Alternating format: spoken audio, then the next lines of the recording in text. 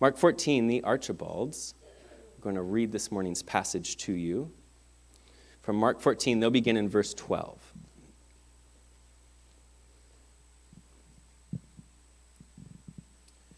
Now on the first day of Unleavened Bread, when they killed the Passover lamb, his disciples said to him, "Where do you want us to go and prepare, that you may eat the Passover?" And he sent out 2 of his disciples and said to them, "Go to the city, and a man will meet you carrying a pitcher of water. Follow him. Wherever he goes in, say to the master of the house, 'The teacher says, where is the guest room in which I may eat the Passover with my disciples?' Then he will show you a large upper room, furnished and prepared. There make ready for us." So his disciples went out and came into the city and found it just as he had said to them, and they prepared the Passover.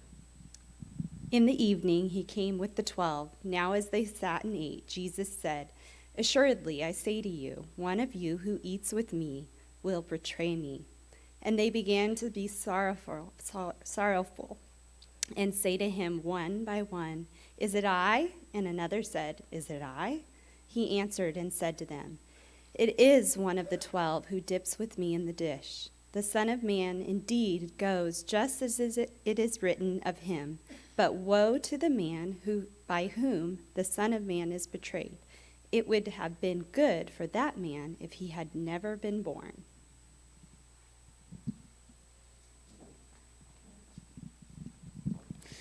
Why don't you keep reading verse 22? "And as they were eating, Jesus took bread and blessed and broke it, gave it to them and said, 'Take, eat, this is my body.' Then he took the cup, and when he had given thanks, he gave it to them, and they all drank from it. And he said to them, 'This is my blood of the new covenant, which is shed for many. Assuredly I say to you, I will no longer drink of the fruit of the vine until the day when I drink it new in the kingdom of God.' And when they had sung a hymn, they went out onto the Mount of Olives." In the 1970s, just south of the province of Cairo, there was an Egyptian treasure hunter who discovered an untouched cave that hid inside this ivory box. And inside that ivory box were a whole bunch of parchments. And he realized it was quite the find. They looked very old, and so he went to an antiquities dealer and quickly flipped them for some cash. That antiquities dealer realized that they were far more valuable than the young man who was the treasure hunter had first realized, and he marked the price then at $3 million if he wanted to purchase these ancient documents. Well, because of his high price, they sat untouched for an awful long time, so then he finally changed his game plan and ended up in 1984 boarding a plane and illegally smuggling those documents into the good old US of A. He landed in New York City and did what you do with ancient documents such as these. He put them in a safe deposit box in Long Island, where they sat for over a decade untouched. And because of the change in humidity from Egypt to New York City, they began to decay, as some of you are already shaking your heads, because you realize it would do incredible damage to these documents that are now fragmented and decaying rapidly. Until finally he found another antiquities dealer here in the U.S. who was interested in the documents and ended up purchasing them. They'd make their way all the way to the National Geographic Society, who would instantly turn them over to someone who is well-versed and skilled in the preservation of these ancient documents.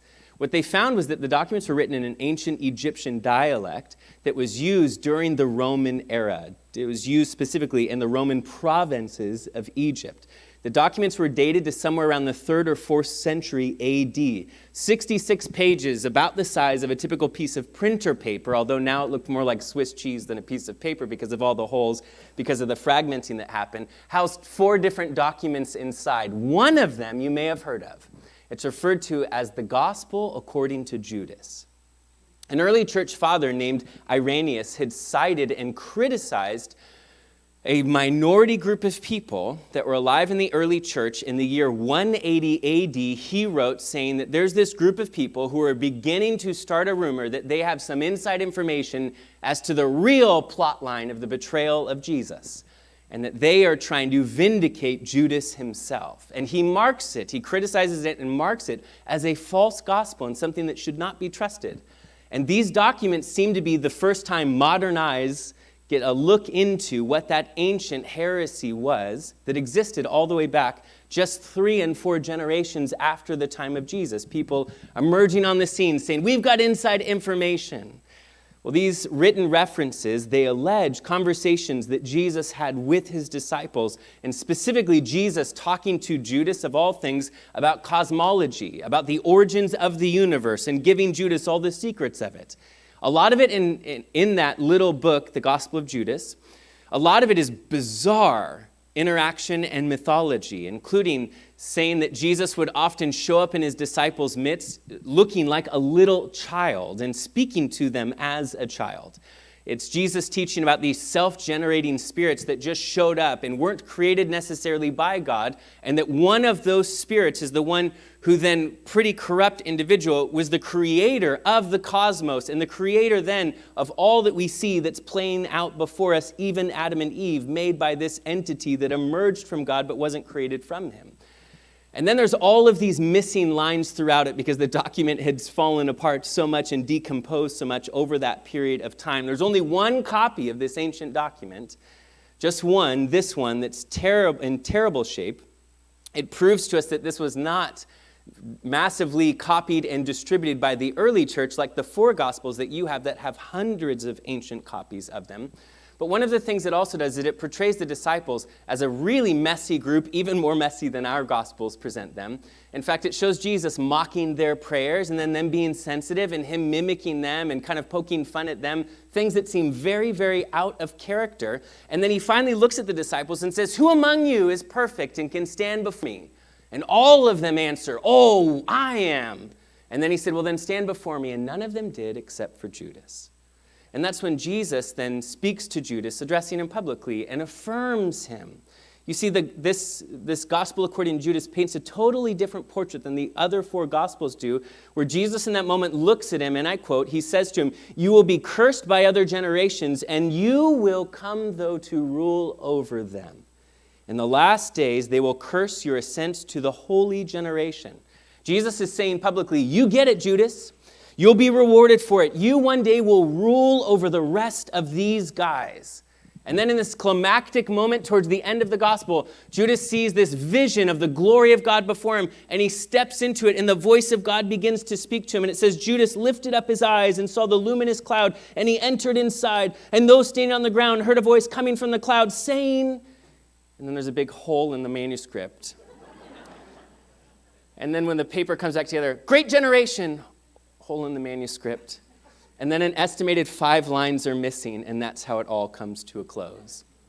It actually finishes with Judas going off to do whatever he had heard the instruction from that glory cloud, seemingly God instructing him, "You need to betray my son." Judas goes and carries that thing out. You see, that's the shocker according to this ancient document that supposedly is trying to rewrite the story of the betrayal of Jesus. It's telling you that Judas didn't betray Jesus at all. Instead, Jesus is putting him up to this. He's the most trusted of all of his disciples, and he had to hand him over to be killed. And Judas' reward, Jesus spells out plainly, you're going to rule over the rest of them. He's depicted then as the story's hero. Unfortunately, the theory has more holes in it than the manuscript does, because when you think about it, how could someone really believe that this is true and then watch Judas go out and hang himself because he's so full of remorse and regret for what he did? And why would I think that this is true when would Judas have even had time to write this out or to go and find someone to tell him the insider information before he took his own life? Or how? How would I trust this over gospel accounts that were written by first-hand eyewitnesses, and this is not written until several generations after Jesus had lived? And why, oh why would Jesus make the comment he made in verse 21, where he said, "It's better for that man if he had never been born than to have been born and done this"? You see, it's true of all of human history. Within all of God's creation, God is undoubtedly, he's responsible for the fact of free will, but not for the act of free will. God has given us free will. No one would protest that. We like free will, but what we choose to do with it, we cannot hold God responsible for. And in this moment, Judas betrays Jesus, and yes, God will use that to bring about the redemption of humanity, but Judas remains responsible for his dark and sinister act. Now, why do I tell you all of this? Because all of us still find this so shocking that National Geographic is still running specials in the last handful of years, every year at this time, to try to explain away the thing that seems unthinkable, that one of Jesus' closest of friends could actually betray him.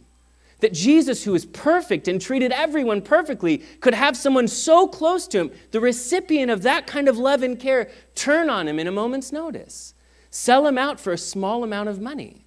It's shocking and disappointing. And we have to understand the weight of this. There's betrayal here. And if you've suffered through betrayal, you know the weight of it. We're talking about an extremely painful experience for Jesus. That's what betrayal is, often because you're hurt by someone that you trusted enough to be vulnerable with. And for many of us, that's been our story. We've had moments like this where we chose to trust someone, and then they violate and exploit that trust and leave us deeply wounded. Some of you, you've tasted the sting that Jesus is feeling in this moment where he's rejected and betrayed, sold out by a friend. If that's you, hear and know that the story tells you that God understands what you feel. He understands your pain in your moments of betrayal. In fact, Scripture tells us the first betrayal took place before creation of this earth seemingly even began, where there's a betrayal that takes place in the heavenly realm, where an angel turns against God and rebels. The first betrayal. And then that second betrayal happens when that angel who's fallen, that we refer to as Lucifer, or the Satan, the liar, the deceiver, as he comes here, and then humanity turns on God again and betrays him. But in contrast to the way that many of us would want to respond to that kind of hurt and that kind of relational betrayal, he didn't just walk away and give up on his relationship with creation. In contrast to what we'd expect God to do, out of the pain of betrayal, God became determined to bring about redemption. Rather than pulling back and hurt, God leaned in further. And now we find another betrayal, humanity again turning on Jesus. This is why it's so shocking for us to process, is because Jesus was perfect and loved people perfectly, even Judas. In fact, in John's Gospel, chapter 13, verse 21, it says, after saying this, Jesus was visibly, this is what they're seeing, he was deeply troubled, John wrote. And then he declared, I can guarantee this truth, one of you is going to betray me. This was not a mechanical, emotionless moment in the room.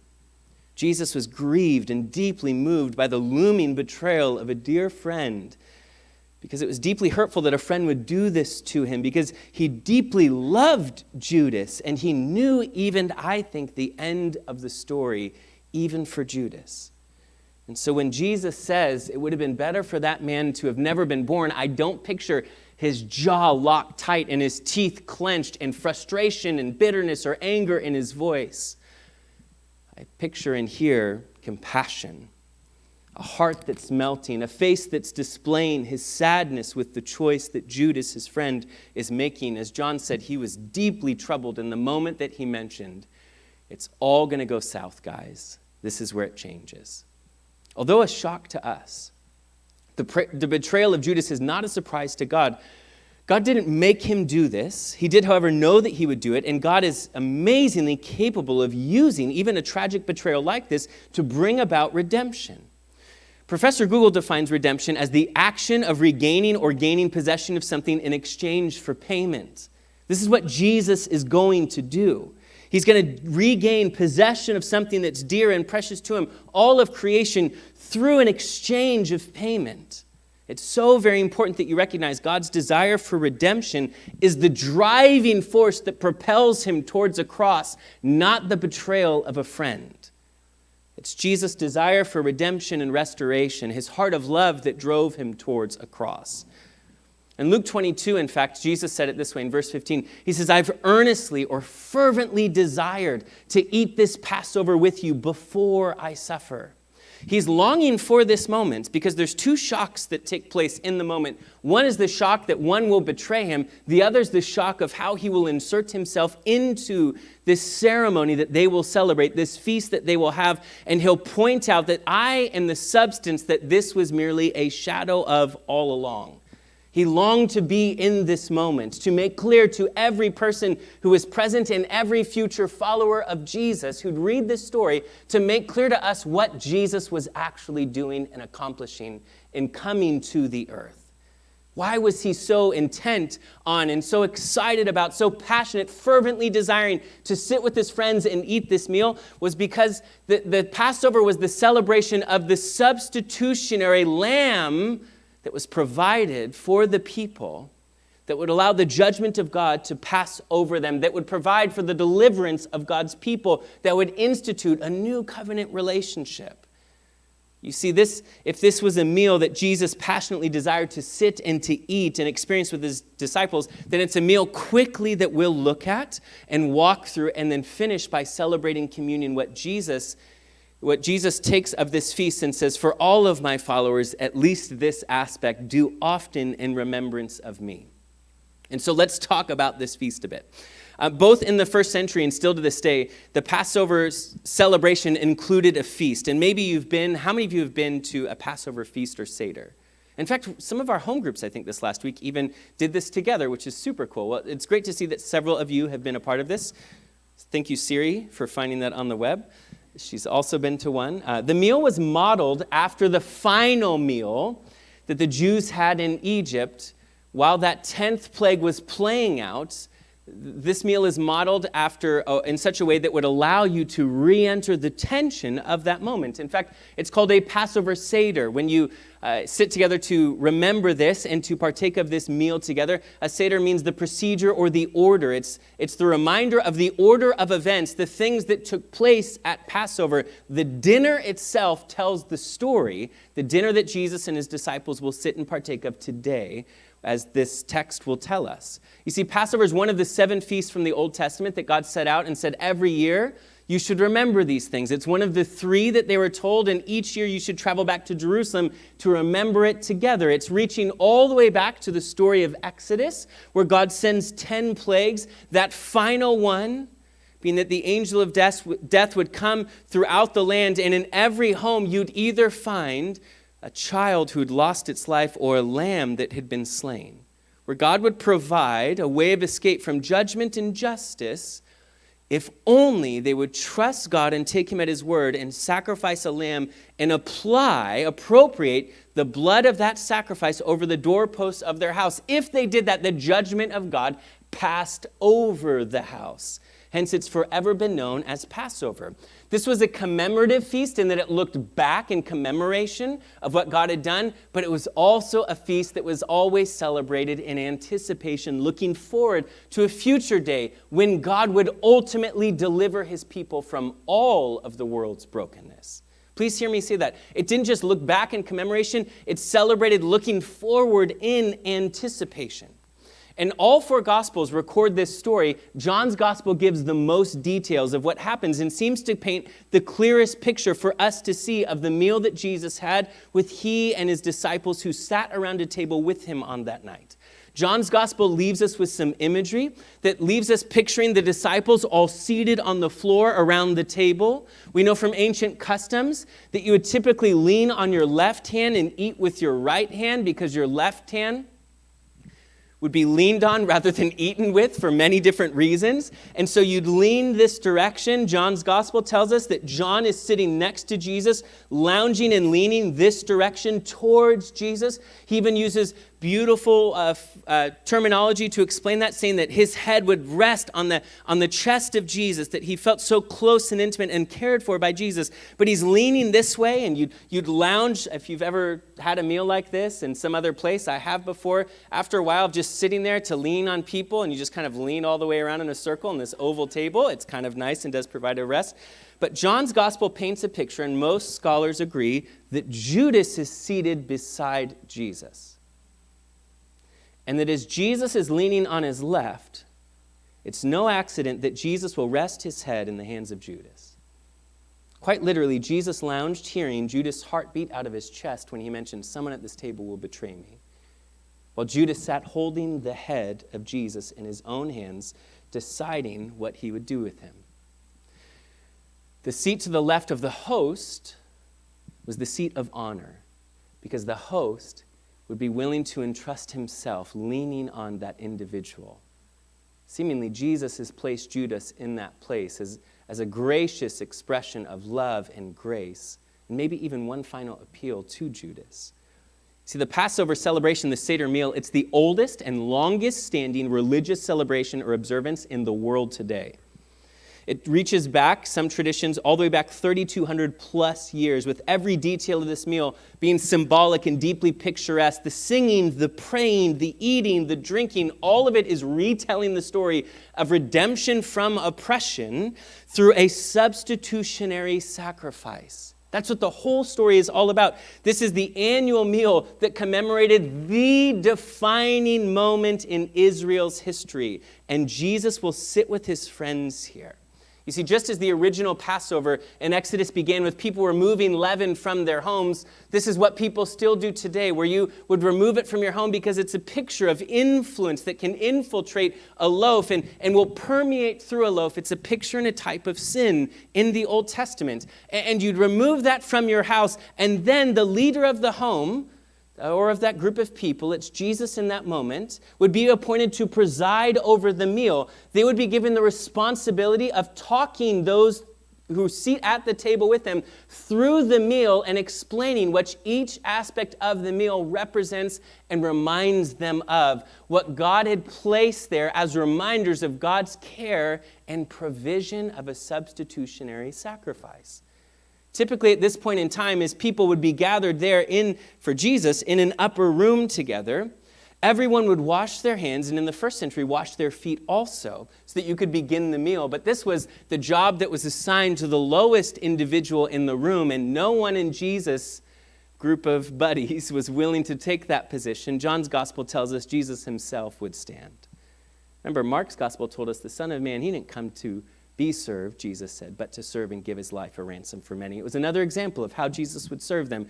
He would put a robe, a towel around him. He would go and wash his disciples' feet, stooping down, just as he had done from heaven to come to earth in the first place. Yet again, he bends his knees still a little lower in order to wash and cleanse them, and then the meal would begin. The meal's marked by several different things, but if you've ever been to one, even today, you'll probably sit around a table and notice that there's an empty chair at the table. The empty chair is left there for Elijah, an empty seat there, believing that what the prophets had foretold is that one day Elijah would come back and he would be the forerunner before Messiah would arrive. Now you remember that John the Baptist, Jesus said, was the fulfillment of that promise. If you've been to one, you've probably tasted gefilte fish. It tastes worse than it looks. I'm not trying to offend anybody. And then they'll put maybe some chopped liver on a table. I tried the gefilte fish, decided to pass on the chopped liver because of that. Sticking with the theme of nasty textures, you've ever had matzo ball soup? It's like matzah, except in a ball and sitting in warm water till it gets soggy. I don't know why anyone ever looked at matzah and was like, this is so good, let's make soup out of it. I don't want to offend anybody. I have a friend, his wife's an incredible cook, and he told me the best thing she makes is matzo ball soup. And I was like, don't tell people that. They're going to get the wrong idea. Other foods consumed throughout the gathering. These are all symbols, not hors d'oeuvres. These items all tell a story of the first Passover. You'd have unleavened bread. They refer to it as the bread of affliction. It's pierced and striped. There's no leaven. Remember, a picture of influence of sin that would permeate and go throughout the whole of it. No, it doesn't have any of that, but it would be broken, and that's what would be used as a utensil. It's parsley that would be dipped in salt water to remind them of the tears that they had shed while in slavery in Egypt. It's harosheth, it's apples and nuts and honey and cinnamon that are mixed together that are supposed to be a visual representation of the bricks and mortar that they were forced into slave labor to build. But the sweetness of it was the reminder that God still would be faithful and bring about deliverance. It's the horseradish and bitter herbs, the experience of remembering the pain of waiting for a deliverer. Remember, Jesus says, the one that I dip the sop with, the one that I dip and share with. Many scholars think that that's what Jesus was dipping that bread in before he handed it to Judas, was these bitter herbs that were a reminder of the pain of longing for the one who would deliver them. But Judas looked at Jesus and didn't see a deliverer, he saw a failure, because Jesus didn't meet his expectations. There'd be a shank bone of a lamb that would be resting on a table in most gatherings, something that's actually not mentioned in Jesus' Passover gathering, though. But it was a reminder of that final plague, the killing of a lamb and its blood covering you. But the meal would commence as the leader of the host of the home, would rise and lift the first of 4 cups. and pronounce a blessing. It's taken directly, and we can believe that this is where Jesus even quoted from, Exodus chapter 6, beginning in verse 6. There's 4 statements that God makes there as a promise. 4 I will statements. In that first cup, as they would lift it, quoting from Exodus 6, I'll read the little passage to you. Therefore say to the children of Israel, I am the Lord, I will bring you out from under the burdens of the Egyptians. That's one promise. I will rescue you from their bondage. That's a second. I will redeem you with an outstretched arm and great judgments. That's the third. And I will take you as my people, and I will be your God. Then you shall know that I am the Lord your God, who brings you out from under the burdens of the Egyptians. There's 4 cups during the feast, and the first one would be lifted as the cup of sanctification.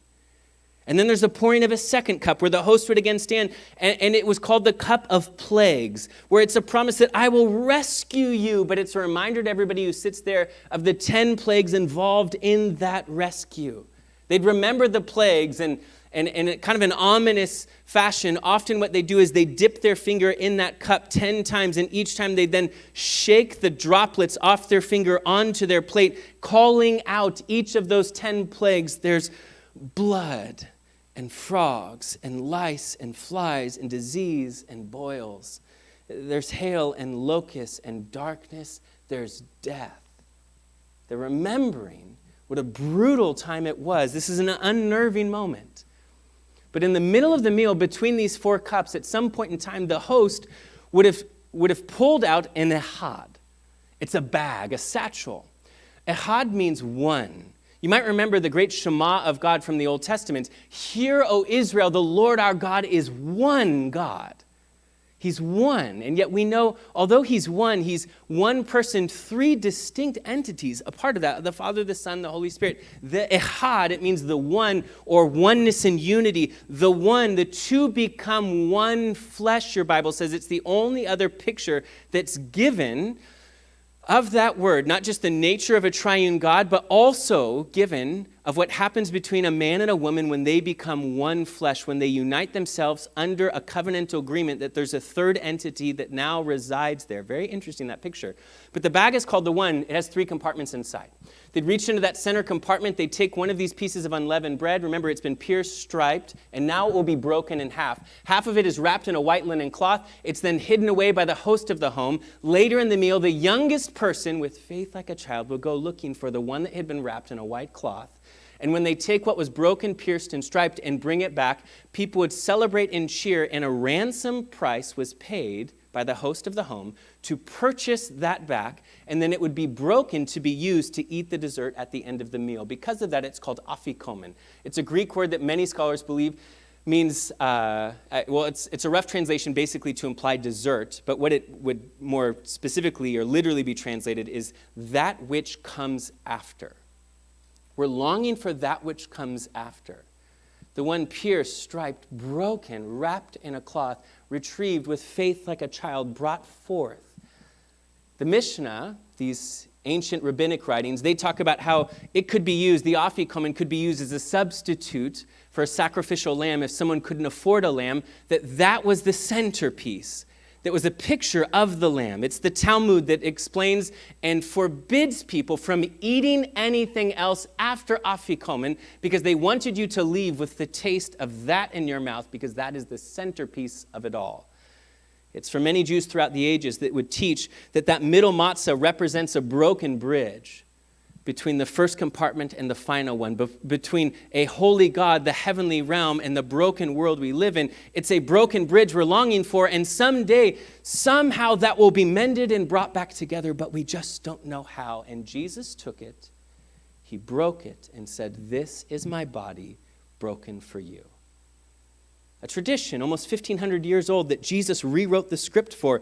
It was provocative and shocking for everyone at the table, claiming that he was the bread of affliction that would be pierced and striped and broken for them. The ehad, 1 and yet 3, the middle piece pulled out. You see the imagery saying, "This is my body that will be broken for you." There's then a third cup that would have been poured. And again, remember those three statements in Exodus chapter 6, verse 6. I'll bring you out, I'll rescue you, I will redeem you, is the third statement that would be read over this cup. I'll redeem you with an outstretched arm and great judgment. It's called the cup of redemption. In celebration of God sending a deliverer who delivered them from bondage. Many scholars believe this is the cup that Jesus would lift, and he said, "This is the blood of the new covenant which I shed for you." He's sharing the purpose of his death. The purpose of his death is restoration of his people. And he's showing the person that it all pointed to all along for nearly 1,500 years. This was pointing to a person. He'd take an inanimate object, a cup, and make it deeply personal. Because the cup represented the blood of a substitutionary sacrificial lamb that would redeem them. Jesus says, that's who I am. And this is what I'm going to do for you. And Jesus didn't author this thought. It's John the Baptist seeing him coming, saying, behold the Lamb of God who takes away the sin of the world. It's Isaiah 53. And it should pop up on the screen for you. The prophet Isaiah, beginning in Isaiah 53, verse 4, says, surely he has borne our griefs and carried our sorrows. Yet we esteemed him stricken, smitten by God, and afflicted. But he was wounded for our transgressions. He was bruised for our iniquities. The chastisement of our peace was upon him, and by his stripes we are healed. All we like sheep have gone astray. We have turned everyone to his own way, and the Lord has laid on him the iniquity of us all. He was oppressed and he was afflicted, yet he opened not his mouth. He was led as a lamb to the slaughter, and as a sheep before its shearers is silent, so he opened not his mouth. The cup of redemption. This is my blood, shed for you. There was the pouring of a fourth cup towards the end of the feast, where it would take it from that fourth statement. Remember, Exodus chapter 6, now in verse 7, the fourth statement is a promise. I will take you as my people, and I will be your God. Then you shall know that I am the Lord your God, who brings you out from under the burdens of the Egyptians. And as Jesus read that, he lifted what's known as the cup of praise, or the cup of betrothal. That cup, many believe, is when Jesus says, but this cup I will not drink again until the coming of my kingdom. I will drink it together with you in the future, because what this points to is a promise. In fact, linguistically and culturally, what Jesus is using there is he's speaking in terms of an oath. He's making a promise. I will not drink of this until we're there, but the wording is expressing a promise that I will faithfully take you there. And we will be together and we will drink of this cup together. It's something that the Bible calls the marriage supper of the Lamb, where we are united with God in perfection, with no more sin, sickness, suffering, and death. And we lift the cup of praise because we praise him that worthy, worthy, worthy is the Lamb who was and is to come, the Lamb who was slain, and who's by being slain purchased all of this for us, for all of eternity. Now, if I've lost you, come back for a second, because there's two unbelievable things that are happening here that are shocking. The first is that Jesus reveals that someone's going to betray him, but the second that he does here is that he reveals that these things have ultimately always pointed to him. It was shocking that Jesus will change the script around the table. That's why all of these guys are writing this out in each of their Gospels, because by inserting himself into the Passover feast, he's making it clear that this was always all about him. That this was always all about Jesus. That the Passover was simply a shadow cast by the substance that finally arrived and stood before them as the Lord of the host. It was the foreshadow of Jesus' arrival, and it explained Jesus' purpose in arriving. Do you see that there's a shadow and a substance that's present in this moment, in this feast? I mean, think about it this way. Why would the appropriation of blood on doorposts protect people from the justice and judgment of God? It would protect them because it always was a picture, according to Jesus, of our appropriating by faith his substitutionary sacrifice for us. Do you see the shadow and the substance at the table with them? For Jesus, to personalize the Passover feast, he's saying that this has always been pointing to me. Using the Passover to express a new teaching and give new understanding, and using the Passover to even institute a new custom of communion, of the Lord's Supper, or coming to the Lord's table to partake of communion. If he's doing that, there's 4 quick things, really quick, and I do promise, that we'll land the plane with. What does this really teach us if Jesus is doing this around the table with his friends? Well, the first is that it reveals the affliction of Jesus as the eternal plan of God for redemption. It reveals the affliction of Jesus was something that God had predetermined from eternity past as the plan of God to bring about redemption. It's showing you that this was pre-planned. It's been staged. This is not a new thing or some new idea that Jesus has some light bulb moment around a table. The disciples and millions of Jews over a period of nearly 1,500 years had celebrated this feast. What they failed to see until this moment was that it was always pointing ahead to this moment where Jesus would be in their midst and say, I am this lamb whose blood will be shed. My substitute will provide a way for judgment to pass over humanity. On the very weekend of Passover, on the very hour of sacrifice on the Day of Atonement, Jesus would be sacrificed as our substitute according to the eternal plan of God. I mean, even when we read this story, you might have choked on some of the details where Jesus tells the guy, just go into the city, you're going to find a guy, water pot on his head, follow him, tell him I need the room. Some of you couldn't even get past that because you're thinking, how in the world did Jesus either kind of have the foreknowledge to know that or pre-plan all of that? Also, you might know that in history, typically men aren't carrying water jars on their head. Typically, it was a woman's job in the culture.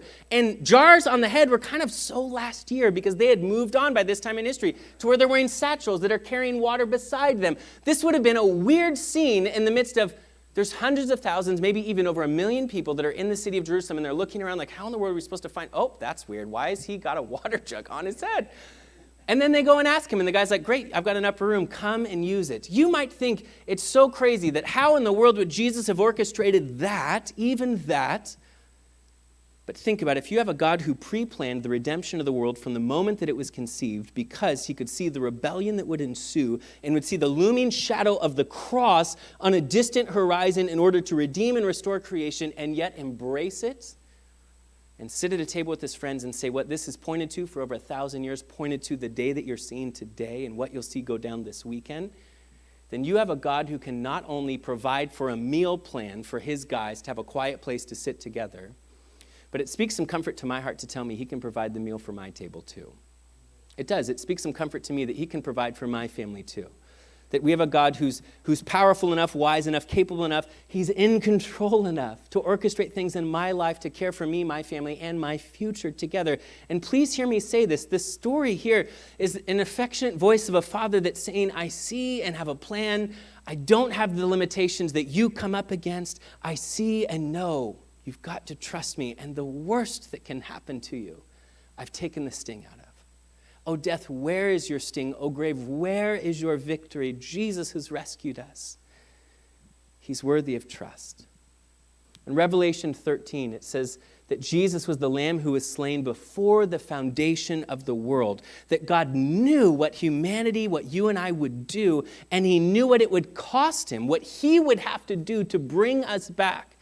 And yet he moved forward with creation knowing that it led him towards a rugged cross. He lived throughout eternity under the shadow of a cross that loomed over this feast, over this meal with Jesus and his friends. I mean, if I told you, I'm going to introduce you to someone that you're going to love in the future, but then that person is going to use you, and then they're going to hurt you, and then they're going to betray you. And then over the years, they'll leave you. They're going to leave you penniless and broken because you gave everything to help them and rescue them. And in the end, they're going to die this terrible death because of it, because their choices were so self-destructive. There seemingly is no way out from under the pain that is their fate unless, after all of that pain, all of that heartache, all that betrayal, all the loss, unless you jumped in and took their place and you suffered their end so they could go free. I mean, what would we do? We'd probably say, don't bother introducing me. I've got other things to do. We'll skip that blind date. Or would you say, I'll do it. I'll be their ransom. God whom we seem to question at every turn, God whom we doubt as soon as things don't go our way, God whom we're so often angry at and frequently questioning his justice and care, God stood in a moment like that and said, I love you enough to enter that journey with you. Jesus is revealing that the affliction of Jesus, the suffering of Jesus, is God's eternal plan for redemption. This is pre-planned. But it reveals very quickly the significance of Jesus. That's the second thing. Jesus putting himself in this story is revealing his own significance. That Passover was all about remembering God's deliverance of his people from Egypt. The bread reminded them of the affliction of their ancestors, that they're waiting for deliverance. And Jesus broke it and said, and this is my body that's given for you, that's going to deliver you. He's saying that his affliction would lead to it, pave a way for a new, greater exodus for the future of humanity. Just as this meal had been the long-awaited observance of the night before God would redeem his people from Egypt through the blood of an innocent lamb, Jesus would sit with his friends on the night before he would suffer and die in order for him to redeem all of creation from the corruption of sin, and he'd do it through the gift of his life and the shedding of his blood. Jesus is saying that his death is the climactic moment that mankind was waiting for, that it's the central thing, the most significant, important thing that ever happened, freeing us from a far worse place in reality than slavery and Egypt, freeing us instead from Satan's tyranny of sin, sickness, suffering, and death for all of eternity. Jesus, by inserting himself here, is revealing his own significance. But he's also revealing a third thing, and that's the meaning of his death. Jesus is revealing in this moment the meaning of his death. Jesus didn't just pick some random day and roll in, what were those, if you've been in church a long time, the transparencies where they had the projector with the light and you could draw on them or write on them and they'd show up. You know what I'm talking about? Typically, if someone would do it, it would show up backwards. You're like, this is not helpful. Jesus didn't, what's it called? Overhead projector, I should have known. There's got to be a technical term, right? No. That's embarrassing. David, can you delete that later? So Jesus didn't roll into dinner with the guys and so guys, I'm going to put this whole thing together and I'm going to explain to you what I'm actually doing here. Jesus instead picked a night where all of it laid on a table in front of him. It reveals the meaning of Jesus' death. He chose the Passover. Nearly 1,500 years beforehand, death visited every household, even the Israelites. No human was exempt from God's justice and judgment on that night unless a lamb's blood was used as a substitute for their own blood, for their own life. And at this meal, everything about the meal fits that tradition, with the exception of one missing element at the table. In all four Gospels, there's not a single mention of the meat, the main course of the meal, a lamb being present. And for many, they would say, well, there's no lamb present on the table because Jesus the lamb was seated there with them at the table. Something that the imagery of was not wasted on the disciples. Remember John the Baptist, his comments about beholding the lamb. In Isaiah 53, as we read, like a lamb who was led out to slaughter, the iniquity of us all would be laid upon him. You see, the truth is, though, some of us, we don't really like this much. We don't like the fact that God requires a sacrifice. And we wonder, if God's so loving, if that's who he is, then why not just forgive everyone and be done with it? Why instead look like some ancient, primitive, bloodthirsty God who's just demanding such an atrocity as the bloodshed of others?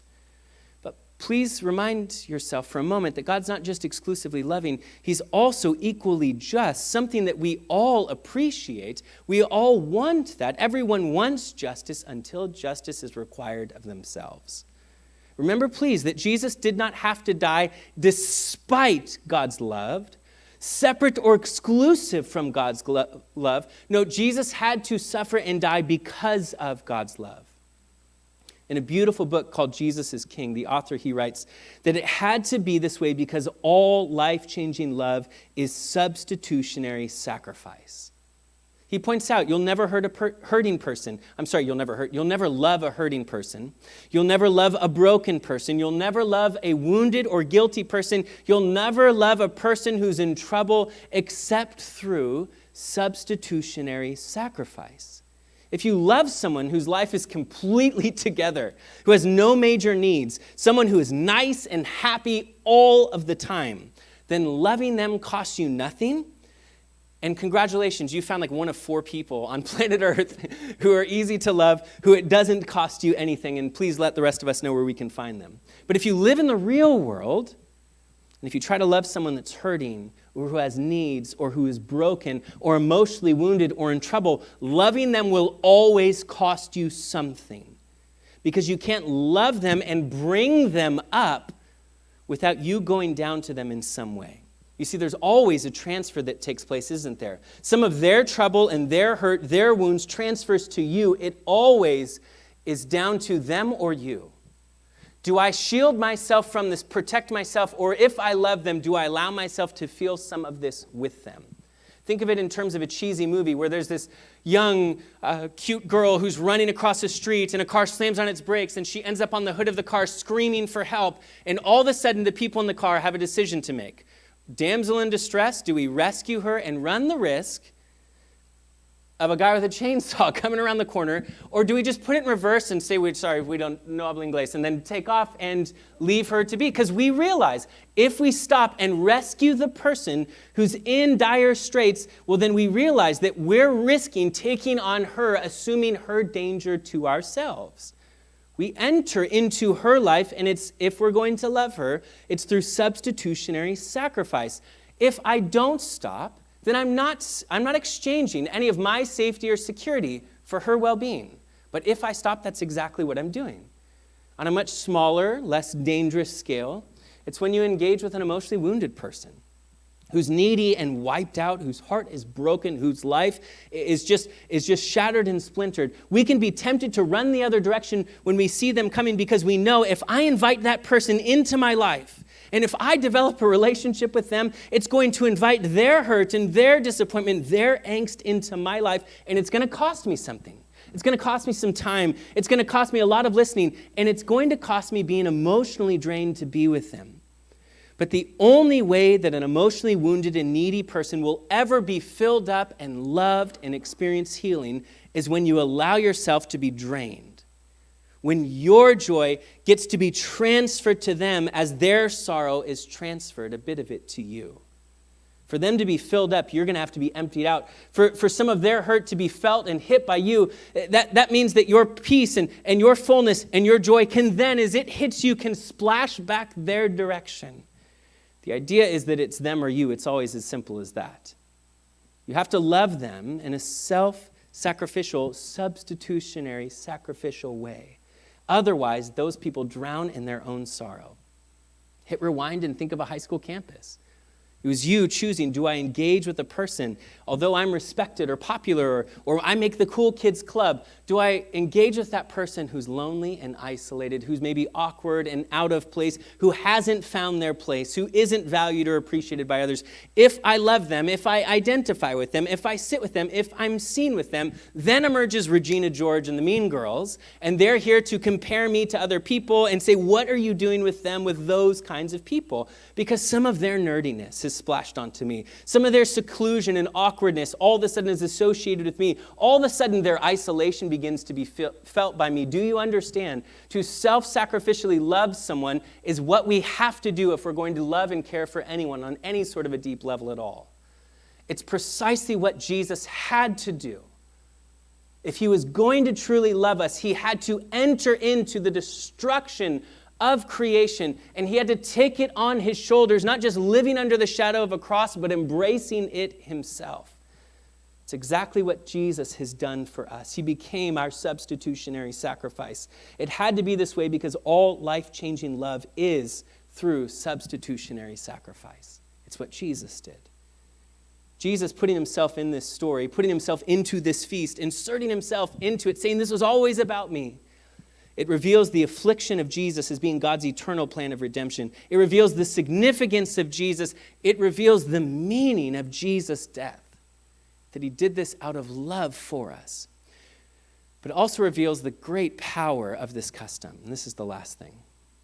That Jesus took this ancient custom that commemorated God's deliverance from deliverance of one small percentage of humanity from one definitive time in human history, he takes that one moment and Jesus personalized it and making it something that would commemorate his grand deliverance of all of humanity for all of eternity. So that when we remember these things, so that when we gather around the Lord's table, so that when we partake of communion, we commemorate Jesus and all that he's accomplished for us, his substitutionary sacrifice. When we take the bread and the cup, we're meant to remember these transforming truths. We're meant to remember our dependency. Every time we lift the cup, we are expressing dependency upon Jesus and his sacrifice in our place.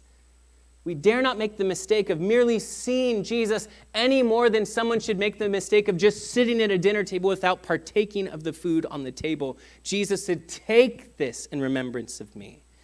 We must take him at his word. We must embrace him for ourselves. Taking the bread and the cup is a way of speaking to God, saying, "I believe and I deeply need you, Jesus." It expresses dependency. Remember, in this moment, Jesus will say, "I will not drink this again." It's something referred to as a blood oath. You're promising to neither eat nor drink until your vow is accomplished. Essentially, you're saying, "I'm going to do this or die, even if it kills me." It was a common practice in the ancient world, but was always done by the lower position, the servant to a promise to his master, made by the inferior to their superior. But Jesus here, as God and master, makes a blood covenant with his followers and friends, saying, "I'm unconditionally committed to accomplish everything I'm telling you." But Jesus left no if in the equation. No, even if it kills me, because his promise would be fulfilled in just that, and he knew it. Whenever we partake of communion, we are making a statement of dependency that he is my lamb and that I am indebted because of my sin, and he is the one who is deserving then of my trust. It's a statement of dependency. It's a statement, and there's power in this, of family. Every time we lift the cup, the Passover meal, it was celebrated by family. You would travel home to be with family, and then with your family, you'd travel to the holy city of Jerusalem to celebrate the feast together. It wasn't just a part of the man-made tradition. This was a part of God's instruction to his people, that you celebrate this with family, the Passover. And yet what Jesus does is peculiar then, because he pulls his disciples away from their families to sit at a Passover meal, a table that's resided over rather than their earthly fathers by him. It's implicating very simply and very clearly that Jesus was instituting and beginning something here, and it was a new family. And that every time we lift the cup, that's a part of what we're reminded of, is that we belong in his family. Whenever you lift the cup and eat the bread, you should hear these words echo in your heart, that I belong. I'm wanted, that I'm loved, and that I am accepted as a part of a family. That this powerful thing that Jesus gives us reminds us of, yes, our dependency and his goodness. It reminds us of the family that's such a gift that we're a part of with him as the head of this household. But it also always leaves us with a sense of expectancy. In verse 25 again, he says, "I will not drink again until I drink it new in the kingdom." Partaking the cup always takes your eyes off the present, the pain, the disappointment of your life, and it's meant to cause us to look ahead to where wrongs are made right. Where everything that's messed up about this world will be made right once and for all. Remember, Passover is always a time of commemoration, remembering God's past deliverance and faithfulness, but it was always something we did in anticipation, and communion, the Lord's table, is meant to be the same way, function in the same manner. That yes, it's in commemoration, but it's always, always, always in anticipation. You see, this is what we do. This is what we remember this week, is that Jesus sat with his friends and instituted something that reminds us of our dependency upon him and the gift of his faithfulness to us. That we declare our need for him and that he has met every need. And that we do it together, looking around a room, even this Friday, if you join us with other churches in the area, remembering and celebrating that we now are a part of his family. We belong together. and looking always with expectancy out towards the horizon of a new and better, of a brighter day in the future with him, because that is what he promised us. And so Jesus, as we then prepare our hearts before we go to enter this scene and this meal around this table with you and your friends, Jesus, take these things and help them to reach beyond just our minds and into our hearts. A faithful God who's at work in our world, who's proven it again, who's demonstrated love in a way greater than we'd have ever asked, and that while we were still sinners, you died for us. That you redeemed us with an outstretched arm and great judgments. Jesus, we could have never guessed that this is how it would play out, but this is what you've done. And so, Jesus, we, your people, we pause to remember you, Jesus, because you're worthy.